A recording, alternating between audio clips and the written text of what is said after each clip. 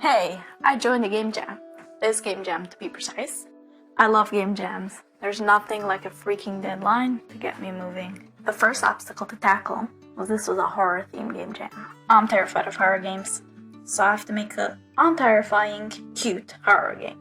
The plan is to make it gothic style with psychological horror and avoid the jump scares and blood vibes. I had this great idea that I was super hyped about. As the player, you go around chatting with NPCs, but every conversation makes them a little sicker until they die. Or more precisely, you kill them. Because it's an adventure mystery, you might want to go around, talk to the NPCs, and dig out clues and solve it before everyone's dead. Anyway, I came up with a super deep lore about how this came to happen, that you got cursed by a monster, and then you have to try to unravel, like, what's going on, what's this curse, why the monster, and it's like a whole deep lore about it, whole world building situation. So I leaned into the type of games I've made before, which are fairly simple, that would work for a game jam. So I've got dialogue using Ink, if anyone wants to know. Pretty good program, I totally recommend it.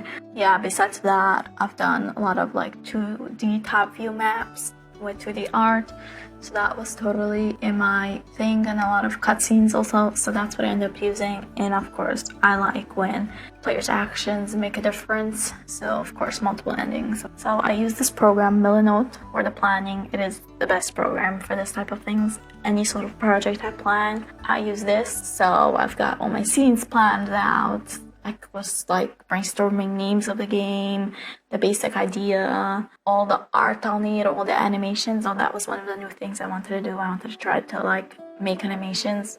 I made an idle animation for the first time. I should be impressed with myself, is what I'm saying. And then I had to work out like all the functionality and everything. So I was trying to figure out like how to structure the dialogue. Right, like do I make the characters get sick in every interaction back and forth? Or do I make it score choice or something else?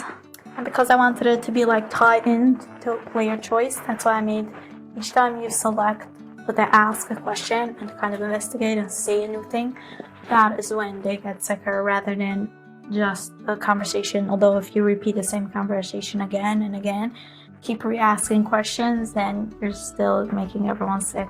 I also made it possible for other NPCs to be able to approach the player and like start talking to them. So if you want to stop talking to them, you gotta like kind of snob them, I guess. I also included 2 cats that when you pet them, they get sick and die.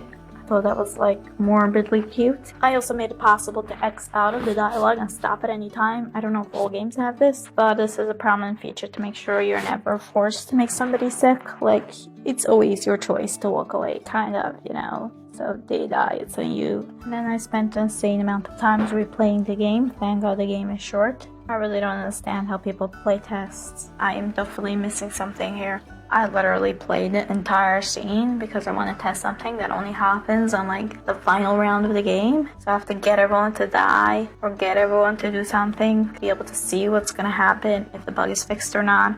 Thank God the game takes like 5 minutes when you know what you're doing. What was so time consuming that I did not think for a second, because I've never done it before, is the NPCs. Drawing them, how many times did I do? I think it was 36 versions in total. I think I had like 9 characters or maybe 8. I think I totally dropped one that was not working out, and it was totally fine because the town is full of people anyway, so I don't even know why I came up with so much to begin with. But I had to work out exactly who said when what, and then write it up so it sounded like a personality and a type and cute. And it was actually a lot of fun. It was actually a lot of fun, but like, yeah, I'm never going over that amount for a game jam. It was intense. I mean, just taking everything I wrote up on Word and copying and pasting it into Ink was like, I don't know, like 6 hours, 7 hours? I'm not kidding. It was insane. Is this like normal? I'm totally so proud of myself about the art because it's the first time I ever did like a consistent art style that has a vibe. It's not just like, oh, this is the best I can draw, and this is the only way I can draw. This is what it is. No style whatsoever. Just bad drawings. These actually look cute. They are mildly inspired by Don't Starve Together characters. The silhouette, maybe.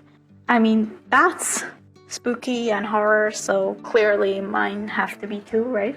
Anyway, in the end, it was super cute. I did not finish in time. I still have basically cutscenes that I have to draw. I don't know what is with me. I always include cutscenes. I love cutscenes. And then it's like, oh, by the way, you need 4 hours for the finalized version, girly.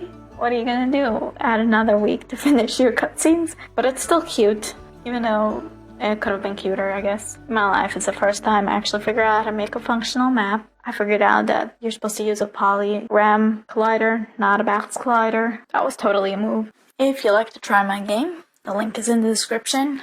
And if not, do yourself a favor and join a game jam.